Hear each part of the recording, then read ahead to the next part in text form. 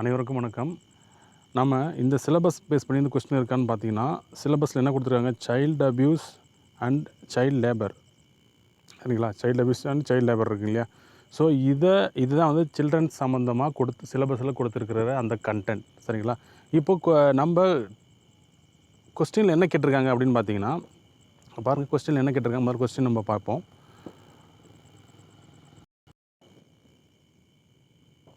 கொஸ்டினில் what are the activities monitored by the national commission for protection of child rights, அதாவது குழந்தை உரிமை பாதுகாப்பு தேசிய ஆணையமானது எந்த மாதிரியான செயல்களை கண்காணிக்கிறது அப்படின்னு கொஸ்டின் கேட்டிருக்காங்க.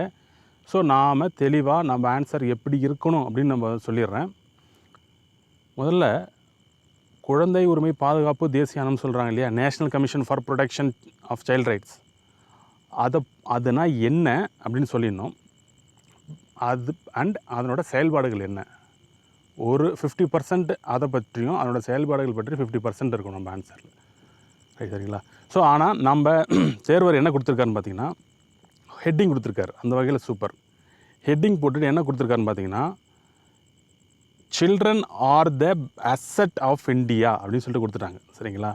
கொடுத்துட்டு என்ன கொடுத்துருக்காரு கீழே அப்படின்னு பார்த்தீங்கன்னா, India is the emerging economy with highest youth population அப்படின்னு கொடுத்துட்டாங்க. Okay, it is our duty to trigger and fine tune youth with skill and knowledge to empower the economy. So இப்படி கொடுக்குற கண்டென்ட் இந்த கொஸ்டினுக்கு ஏற்றதான்னு பார்த்தீங்கன்னா எக்ஸாக்டாக இல்லை. என்ன கொடுத்துருக்காங்க, national commission for protection of child rights, அது குழந்தைகள் உரிமைகளை பாதுகாக்கக்கூடிய அந்த ஆணையம் இருக்குது இல்லையா, அதனுடைய செயல்பாடுகள். சரிங்களா? அது என்ன மாதிரியான விஷயங்கள் கண்காணிக்கிறது, இதுதான் போகணும். இது குழந்தைகள் சந்திக்கக்கூடிய விஷயங்கள் பற்றி சொல்லியிருக்காங்க. ஓகே, சரி, முதல்ல அடுத்து சைல்டு ரைட்ஸுக்கு போயிட்டாங்க. அடுத்தது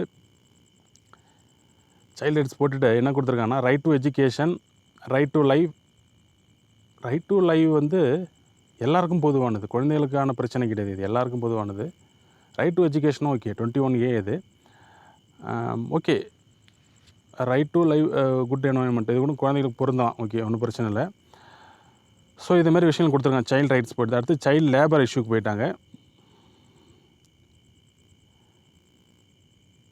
ஸோ சைல்டு லேபர்னு சொல்லிவிட்டு ஓகே, சைல்டு லேபர் பற்றி கொடுத்துருக்காங்க. அடுத்தது கைலாஷ் சத்யார்த்தி பற்றி கொடுத்துருக்காங்க. ஓகே, நோபல் அவார்டி அவர் பற்றி கொடுத்துருக்காங்க. அடுத்தது ஹெட்டிங் போட்டு இப்போ தான் வந்திருக்காங்க, national commission for protection of child rights இப்போ தான் வந்திருக்காங்க இல்லைங்களா. ஸோ இதில் என்ன கொடுத்துருக்காருன்னு பார்க்கும்பொழுது, அதாவது குழந்தைகளை ஒரு லேபர் இஷ்யூ பற்றி கொண்டு வந்திருக்காங்க. அடுத்தது இதுதான், குழந்தைகள் எங்கெங்கே பணியில் இருக்கிறாங்க, ஒரு பாதுகாப்பற்ற பணியில் வேலை செய்கிறாங்க, அந்த மாதிரி விஷயங்களை பற்றி கொடுத்துருக்காங்க இதில் போட்டுட்டு. ஸோ அடுத்தது அவங்க அதான் சொல்கிறாங்க, என்ன கொடுத்துருக்காங்கன்னா, ஸோ குழந்தைகள் இந்த வகையில் பாதிக்கப்படுறாங்கன்ற மாதிரி கண்டென்ட்டை ப்ரெசென்ட் பண்ணிருக்காங்க. அடுத்ததும் அதே தான் கொடுத்துருக்காங்க. Sexual harassment and school drop outs அந்த இஷ்யூ பற்றி கொடுத்துருக்காங்க. ஸோ சென்ட்ரல் கவர்மெண்ட் அவங்களுக்கு உதவும் அப்படின்ற இதில் கொண்டு வந்திருக்காங்க. அடுத்தது பார்த்திங்கன்னா சைல்டு ஹெல்ப்லைன் பற்றி கொடுத்துருக்காங்க. ஓகே, சைல்டு ஹெல்ப்லைன் இதெல்லாம் சூப்பர். பென்சில்னு சொல்லிட்டு ஒரு ஆப் இருக்குது இல்லையா, ஸோ மொபைல் ஆப், அதை பற்றி கொடுத்துருக்காங்க. பட் என்ன கொஸ்டினுக்கு ஏற்ற ஆன்சர் பண்ணிருக்காங்கன்னு பார்த்தீங்கன்னா ரிலவெண்ட்டாக பண்ணிருக்காங்க, எக்ஸாக்டாக பண்ணல. திரும்பியும் அதே தான் பிரச்சனை. சைல்டு குழந்தைகள் சந்திக்கும் பிரச்சனைகள், சைல்டு லேபர் இஷ்யூஸ் இருக்குது, ஸ்கூல் ட்ராப் அவுட் இஷ்யூஸ் இருக்குது என்ன. ஸோ அது மாதிரி இஷ்யூஸ் பற்றி தான் சொல்லியிருக்காங்களே தவிர, இந்த அமைப்பு இருக்குது இல்லையா, இந்த அமைப்பு என்ன கொஸ்டினுக்கு எக்ஸாக்டாக வரக்கூடிய அளவுக்கு ஆன்சர் பண்ணல அவங்க. ஸோ இது எல்லாம் ஜென்ரலாக நம்ம கேள்விப்படுற இஷ்யூஸ் ரிலேட் பண்ணி ஆன்சர் பண்ணிருக்காங்க. ஓகேங்களா. ஸோ பட் அந்த ஆர்டிகல் 21A ஓகே, அது மாதிரி விஷயங்கள்லாம் ஓகே. பட் பார்ப்போம் நம்ம அடுத்தது டாப்பர் என்ன கொடுத்துருக்காருன்னு பார்ப்போம். டாப்பர் பொறுத்த வரைக்கும் என்ன கொடுத்துருக்காங்க பார்த்தீங்கன்னா, ஸோ அவங்க ஒரு வழக்கமான ஒரு ஹெட்டிங் கொடுக்காம ஒரு இன்ட்ரோடக்ஷன் கொடுத்துருக்காங்க. ஸோ இந்த national commission for protection of child rights இருக்குது பார்த்தீங்களா, இது எப்போ தோற்றுவிக்கப்பட்டதுன்னு கொடுத்துருக்காங்க. அந்த வகையில் சூப்பர் இது. ஸோ 2002 கூட சொல்லிவிட்டு என்ன ஆக்ட் படி தோற்றுவிக்கப்பட்டதையும் சொல்லியிருக்காங்க. சரிங்களா? ஸோ இந்த வகையில் இந்த ஓகே இதை இன்ட்ரொடக்ஷன் அது. பட் அடுத்து பார்த்தீங்க டேரெக்டாக வந்துட்டாங்க பாருங்கள். என்ன ஹெட்டிங் கொடுத்துட்டாங்க. நான் ஏற்கனவே சொல்லியிருந்த மாதிரி ஒரு லைன் கேப் விட்டுருக்காங்க பாருங்கள். கொடுத்துட்டு கீழே ஒரு லைன் வந்து கேப். அப்போ என்னாச்சுன்னா 2 லைன் வந்து ஆன்சர் வந்து அதில் வந்து எழுதலை. ஆனால் வந்து அது வந்து ஒரு மீனிங்ஃபுல்லாக இருக்கணும். நம்ம கேப் விட்டு எழுதுறதுக்கு ஒரு ஹெட்டிங் கொடுத்த போது கேப் விட்டு எழுதலாம். சப்ஹெட்டிங் வந்து கேப் தேவையில்லை. பார்த்தீங்கன்னா சப்ஹெட்டிங் வந்து கொடுத்துட்டு கீழே வந்து அடுத்த லைனில் ஆரம்பிச்சிட்டாங்க பாருங்கள். சைல்டு அபியூசஸ் வந்து சப்ஹெட்டிங்கில் கொடுத்துட்டு கீழே அடுத்து கண்டென்ட் கொடுக்க ஆரம்பிச்சிட்டாங்க. ஸோ சைல்டு அபியூஸ் கொடுத்துட்டு என்ன கொடுத்துருக்காருன்னு பார்த்தீங்கன்னா ஆர்டிகல் 24 வந்து ரிலேட் பண்ணுறாங்க. நம்ம ஏதாவது ஒரு விஷயம் பற்றி நம்ம எழுதும்போது அது சம்மந்தமாக இருக்கிற ஆக்ட் அல்லது ஆர்டிக்கல் இதேமாதிரி விஷயங்களை வந்து இன்க்ளூட் பண்ணும்போது நம்ம ஆன்சர் வந்து வேல்யூ அதிகமாகும், மார்க் அதிகமாக கிடைக்கிறதுக்கான வழி அது. ஸோ எக்ஸாக்டாக குழந்தைகள் வந்து இப்படி பாதிக்கப்படுறாங்க அப்படி பாதிக்கப்படுறாங்க விட ஸோ இதன்படி இது தவறு, இந்த ஆக்டில் இருக்கிற இந்த கிளாஸ் படி தவறு, ஸோ இந்த ஆர்டிக்கல் இந்த ஆர்டிக்கல் படி இந்த இஷ்யூ சைல்டு லேபர் வந்து தவறு அப்படின்னு நம்ம வந்து கொண்டு போனால் பெட்டராக இருக்கும். அதுதான் வந்து டாப்பர் கொண்டு வந்திருக்காங்க. என்ன கொடுத்துருக்காங்க ஆர்டிக்கல் 24 கொடுத்து கீழே வந்து ஒரு அண்டர்லைன் பண்ணிருக்காங்க. So child labour prohibits child labour. பொதுவாக வந்து என்ன பண்ணிருக்காருன்னா ஆன்சரில் நம்ம டாப்பர் பாருங்கள் ஒவ்வொரு முறையும் ஆன்சர் கொடுத்துட்டு அண்டர்லைன் பண்ணுறாங்க முக்கியமான கீ வேர்ட்ஸ்லாம். ஸோ அது ரொம்ப ரொம்ப முக்கியம். அடுத்தது பார்த்திங்கன்னா சைல்டு கேர்னு சொல்லிட்டு ஒரு சப்ஹெட்டிங் கொடுத்து போயிருக்காங்க. சைல்டு கேர்னு சொல்லிட்டு நம்ம ஏற்கனவே சொல்லிருப்போம். இவங்கள வந்து ஆன்சர் பார்த்திங்கன்னா நீங்கள் பாருங்கள் ஒரு முறை உங்களுக்கு பார்த்தா சொல்கிறேன். நான் ஏற்கனவே சொன்னது தான் உங்களுக்கு. இவ்வளோ கேப் விட்றாங்க பாருங்கள். கேப் வந்து என்னதுன்னா நீங்கள் வந்து இங்கே கண்டென்ட் ஃபில் பண்ணிட்டீங்கன்னா பின்னாடி உங்களுக்கு கண்டென்ட் கொடுக்க முடியாது.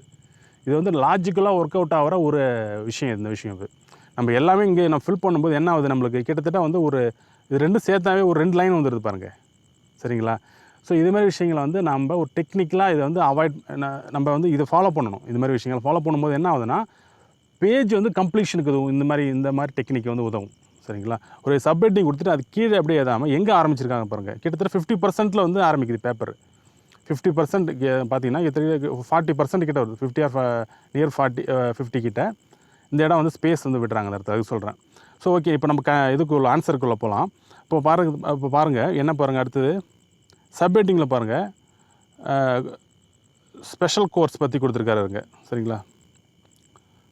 ஸ்பெஷல் கோர்ஸ் பற்றி கொடுத்துருக்காங்க. அடுத்தது பட் அதுக்கு வந்து வலு சேர்க்கக்கூடிய அளவுக்கு ஒரு விஷயத்தை கொண்டாடல. ஏன்னா ஸ்பெஷல் கோர்ஸ் வந்து இருக்குது. என்னன்னு பார்த்தீங்கன்னா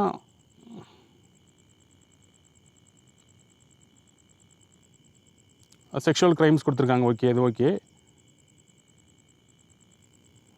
அதாவது பாலியல் ரீதியாக குழந்தைகள் துன்புறுத்தப்படும் போது அதுக்கு ஸ்பெஷல் கோர்ட்ஸ் வந்து பயன்படுத்தப்படும். Okay super. இந்த விஷயம் நல்லா தான் இருக்குது. ஸோ அடுத்தது பார்த்தீங்கன்னா அவங்க கொடுத்தது ஹெட்டிங் கொடுத்துருக்காங்க பாருங்கள். Education rights in prisons.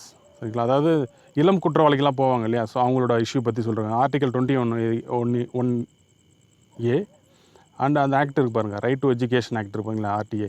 அதோட இப்போ 14 இயர்ஸ் ஆஃப் ஏஜ் கொடுத்துருக்காங்க. அது முக்கியமானது.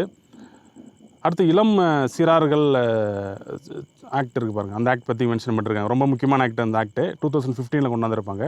அது லாஸ்ட்டாக கொண்டாந்தது, படிப்படியாக கொண்டாந்துட்டு. ஸோ இதோட முடிச்சுட்டார். ஓவராலாக பார்க்கும்பொழுது இவங்க வந்து முடிச்சிருக்காங்க. பட் கொஸ்டின்ஸ் வந்து கொஸ்டினை பேஸ் பண்ணி ஆன்சர் இருக்கான எக்ஸாக்டாக இருக்குன்னு பார்த்தீங்கன்னா ஏறக்குறைய 50% கண்டென்ட் 2 பேருமே ஏறக்குறைய 50% கண்டென்ட் தான் வந்து கொஸ்டினுக்கான எக்ஸாக்டாக கொடுத்துருக்காங்க. மீதி எல்லாம் வந்து ரிலேட்டடாக இருக்குது. இப்போ எவ்வளோ மார்க் வாங்கியிருக்காங்க பார்ப்போம். ஸோ ஆஸ்பிரண்ட் வந்து எவ்வளோ வாங்கியிருக்காங்கன்னு பார்க்கும்போது ஃபஸ்ட்டு எவாலுவேட்டர் வந்து 8 மார்க்ஸ் போட்டிருக்காங்க. ஓகே. ஸோ அடுத்த எவாலுவேட்டர் 6 மார்க்கு, ஓவராலாக 7 மார்க்கு. பட் நம்ம டாப்பர் பார்த்திங்கன்னா குறைவான மார்க் தான் வாங்கியிருக்காரு. இதில் ஃபஸ்ட்டு எவாலுவேட்டர் 7, அடுத்து 5.5, ஓவராலாக 6.2. ஸோ நம்ம டிஎன்பிசி ட்ராக் வந்து இந்த கொஸ்டினுக்கு, அதாவது இந்த கொஸ்டினுக்கான கண்டென்ட் எங்கேருந்து எடுத்தது அப்படின்னு பார்க்கும்பொழுது ஸ்கூல் புக்கில் இந்த கண்டென்ட் இல்லை. பார்த்திங்கன்னா 2 கொஸ்டினும் சோஷியல் இஷ்யூஸை வந்து முதல் கொஸ்டின் நம்ம போன வீடியோவில் பார்த்துருப்போம். அதுலேயும் வந்து அந்த கண்டென்ட் ஸ்கூல் புக்கில் இல்லை. அப்படி இருந்தாலும் வந்து ஒரு 2 to 3 லைன்ஸ் மட்டும்தான் அந்த கண்டென்ட் வந்து ஸ்கூல் புக்கில் இருந்திருக்க வாய்ப்பு இருந்திருக்கும். சரிங்களா? ஸோ இப்போ பார்த்தீங்கன்னா இந்த கொஸ்டினுக்கான கண்டென்ட்டு ஸ்கூல் புக்கில் இல்லை. நம்ம ஏற்கனவே சொல்லியிருக்கோம், இது டிகிரி ஸ்டாண்டர்ட் லெவல் எக்ஸாம். நம்ம ஸ்கூல் புக்கை தவிர்த்து சில ஸ்டாண்டர்டான புக்கை படிக்கணும், சில வேறு விஷயங்கள் நம்ம படிக்கணும்னு சொல்லியிருப்போம். நம்ம இதில் வேர் டு ஸ்டடியில் சொல்லியிருப்போம். சோஷியல் இஷ்யூ நம்ம இஷ்யூ வேர் டு ஸ்டடி கொடுத்துருப்போம் இல்லையா? ஸோ அதில் நம்ம சொல்லியிருப்போம், தெளிவாக சொல்லியிருப்போம். சொல்லிவிட்டு நம்ம இன்னொரு விஷயம் சொல்லிருப்போம், அதிகமாக இருக்கிற மாதிரி உங்களுக்கு ஃபீல் ஆகுமே தவிர மொத்தமாக ஓவராலாக குறைவாக தான் கண்டென்ட் தான். ஆனுவல் ரிப்போர்ட்டை எடுத்து பார்த்தீங்கன்னா ஒரு 200 பேஜ் இருக்கும். ஆனால் நீங்கள் படிக்க வேண்டியது 15 பேஜஸ் தான் படிக்கிற மாதிரி வரும் மொத்தமாக சேர்த்ததால் அப்படின்ட்டு சொல்கிறோம். நம்ம அந்த மாதிரியான ஒரு ஆனுவல் ரிப்போர்ட்டில் எடுத்தோம் நம்ம. ஸோ அது பார்த்தீங்கன்னா இதுதான் அந்த ஆனுவல் ரிப்போர்ட் அது. ஸோ அதில் உங்களுக்கு இங்கே பாருங்கள் கொஸ்டின் இது தெளிவாக கொடுத்துருக்காங்க பாருங்கள். National commission for protection of child rights, சரிங்களா. இதில் ஒரு 15 பக்கம் கூட இருக்குது, இதில் 10 பக்கத்துக்கிட்ட வருது. இதில் நாம் படிக்க வேண்டியது 10 பக்கத்தையும் படிக்க வேண்டியது தேவையில்லை, சரிங்களா. படிக்க வேண்டியது வெறும் ஆஃப் பேஜஸ், யாருக்கும் ஒரு பேஜில் தான் கண்டென்ட் இருக்குது. இதை பற்றி ஒரு இந்த கமிஷனை வந்து ஏன் தோற்றுவிச்சாங்க, இதனோட செயல்பாடுகள் என்ன எல்லாம் வந்து பார்த்திங்கன்னா ஒரு ஆஃப் பேஜில் முடிஞ்சிடும். நம்ம அதுலேருந்து தான் அந்த கண்டென்ட்டு டிஎன்பிஎஸ்சி ட்ராக்கு நம்ம இப்போ இந்த ஆன்சர், இந்த கொஸ்டினுக்கான ஆன்சர் கீயாக எடுத்துருக்கு. அது என்னென்னு பார்ப்போம். நம்ம பார்த்திங்கன்னா இதில் எந்த வருஷம் தோற்றுவிச்சாங்க அதெல்லாம் இருக்கும். இது சோஷியல் இஷ்யூஸ் பொறுத்த வரைக்கும் எப்போ எந்த இயரில் தோற்றுவிச்சாங்களும் தேவையில்லை. ஆனால் வந்து உங்களுக்கு வந்து பாயிண்ட்ஸ் கிடைக்கல அப்படின்னு சொல்லிட்டு இந்த மாதிரி விஷயங்களை ஆட் பண்ணிக்கலாம். பார்த்திங்கன்னா எந்த வருஷம் தோற்றுவிச்சாங்க, இது வந்து எந்த வகையான ஒரு அமைப்புன்னு பார்த்திங்கன்னா சட்ட ரீதியான அமைப்பு. இது வந்து கான்ஸ்டியூஷனல் பாடி இல்லையே தவிர ஒரு சட்ட ரீதியான அமைப்புன்னு கொடுத்துருக்காங்க. ஸோ முக்கியமாக இதுதான் முக்கியம், 3ஆவது பாயிண்ட் தான். இது வந்து பார்த்திங்கன்னா என்ன பண்ணிங்கன்னா எல்லாத்தையும் வந்து கண்காணிக்குது. எதை பற்றினா குழந்தைகள்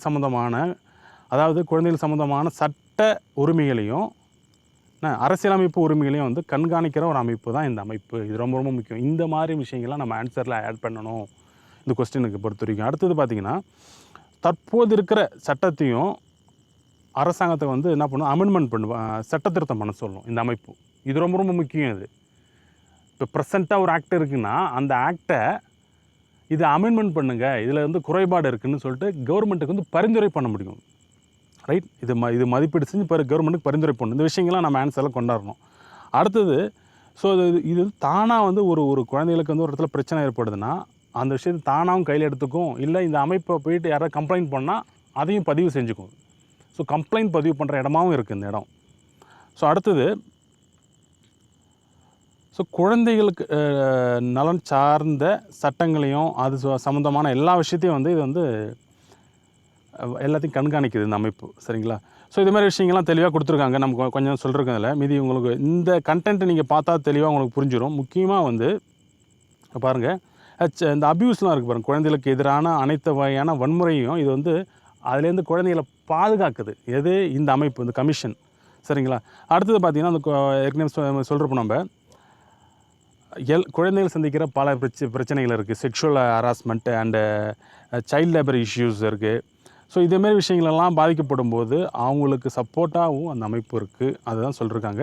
குறிப்பாக ஒரு விஷயம் சொல்லியிருக்காங்க. பட் இது ரொம்ப ரொம்ப முக்கியம். இதை நீங்கள் ஆட் பண்ணிங்கன்னா வேல்யூ, நம்ம ஆன்சருக்கான மதிப்பு வந்து உயரும். அது என்னென்னு பார்த்தீங்கன்னா சிவில் கோர்ட் இருக்குது பார்த்தீங்களா, அதுக்கு இணையானது இந்த அமைப்பு.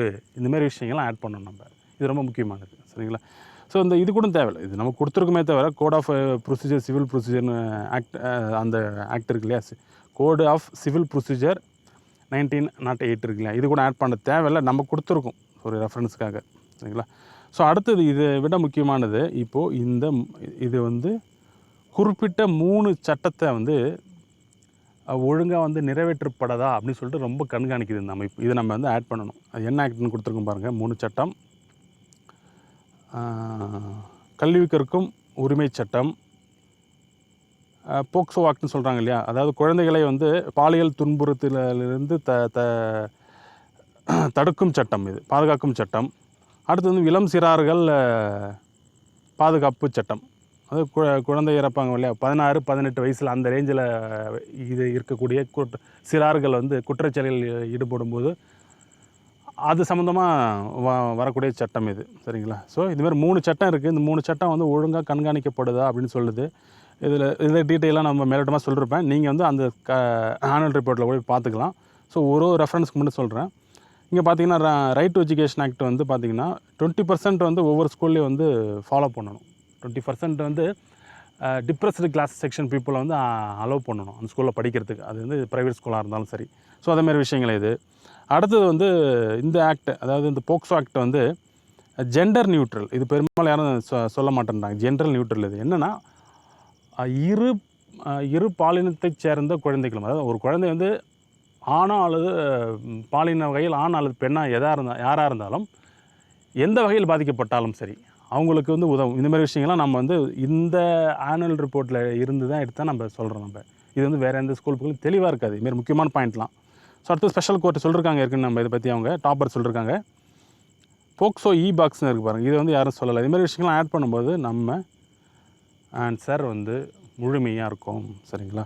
ஸோ ஓவராலாக அவ்வளோதான் இருக்குது இதில். ஸோ பொதுவாக நம்மளோட எக்ஸ்ப்ளனேஷன் நம்ம ஒரு ஆன்சர் நம்ம டாப்பரோட ஆன்சர் ஷீட் வச்சு நம்ம எக்ஸ்பிளைன் பண்ணுறதும் சரி, தேர்வரோட ஆன்சர் ஷீட் வச்சு எக்ஸ்பிளைன் பண்ணுறது சரி. ஸோ அதன் மூலமாக நம்ம ஒவ்வொரு காணொலியிலும் ஏதாவது ஒரு சின்ன விஷயம் நம்ம வந்து நம்மளுக்கு தெரியாமையே நம்ம வந்து கற்றுக்குன்னு வரோம். இல்லை தெரிஞ்சு நம்ம எல்லாம் தெரியும் நம்ம நினைக்கும் போது என்ன ஆகுதுன்னா, ஏதாவது ஒரு விஷயம் மிஸ் பண்ணிவிடும். அதாவது இது வரைக்கும் நம்ம கொடுத்த காணொலி நீங்கள் எடுத்து பாருங்கள். ஒவ்வொரு காணொலியிலும் நீங்கள் ஏதாவது கற்றுக்கொள்வதற்கு ஏதாவது ஒரு வாய்ப்பு இருக்கும். ஸோ அதனால் வந்து நம்ம வந்து தொடர்ந்து நம்மளை வந்து இந்த தேர்வு முடிகிற வரைக்கும் நம்ம ஒரு ஃபார்மில் நம்ம இருக்கணும். சரிங்களா? ஸோ அதுதான் ரொம்ப முக்கியம். இது வரைக்கும் நம்ம வந்து இதே போல் தொடர்ந்து நாம் இன்னும் காணொலிகளை இப்போ வெளியிட இருக்கிறோம். அதே நேரத்தில் இன்னொரு விஷயமும் அந்த காணொலி முடிகிற நேரத்தில் ஒரு விஷயம் சொல்லிட்டு நான் முடிச்சுக்கிறோம். குரூப் 1 மெயின்ஸ் தேர்வு எழுத காத்திருக்கிற பல தேர்வர் வந்து நம்மகிட்ட ஒரு கோரிக்கை வச்சுருந்தாங்க. ஸோ அவங்களோட கோரிக்கையில் வந்து என்னென்னா, அவங்கள வந்து குரூப் 1 மெயின்ஸ் தேர்விலேருந்து நேர்காணலுக்கு அழைத்து செல்லணும். அதற்கான ஒரு களப்பணியை நாம் செய்ய உள்ளோம். ரைட்? ஸோ அது என்னன்னு சொல்லிட்டு 2 அல்லது 3 நாட்கள் அந்த இடைவெளிக்குள்ளே நான் சொல்லிடுறேன். அவங்களுக்கு நிச்சயம் அது வந்து பயனுள்ளதாக இருக்கும். சரிங்களா? சரி நண்பர்களே, நம்ம இந்த காணொலியோட இறுதி பகுதிக்கு வந்துட்டோம். இந்த காணொலி உங்களுக்கு பிடிச்சிருந்தா லைக் பண்ணுங்கள். டிஎன்பிஎஸ்சி படிக்கிறவங்க ஃப்ரெண்ட்ஸுக்கு ஷேர் பண்ணுங்கள். மாற்று கருத்துக்கள் ஏதாவது இருந்தால் கமெண்ட் செக்ஷனில் பதிவிடுங்க. நீங்கள் நம்ம சேனலுக்கு புதியவராக இருந்தால் மறக்காமல் சப்ஸ்கிரைப் பண்ணுங்கள். இதை தவிர வேறு ஏதாவது உங்களுக்கு வந்து எங்களுக்கு எங்கள் சேனலுக்கு சொல்ல விரும்புகிறீங்க அப்படின்னு நீங்கள் நினச்சிங்கன்னா tnpctrack@gmail என்ற மின்னஞ்சலுக்கு செய்தி அனுப்புங்க. நன்றி, வணக்கம்.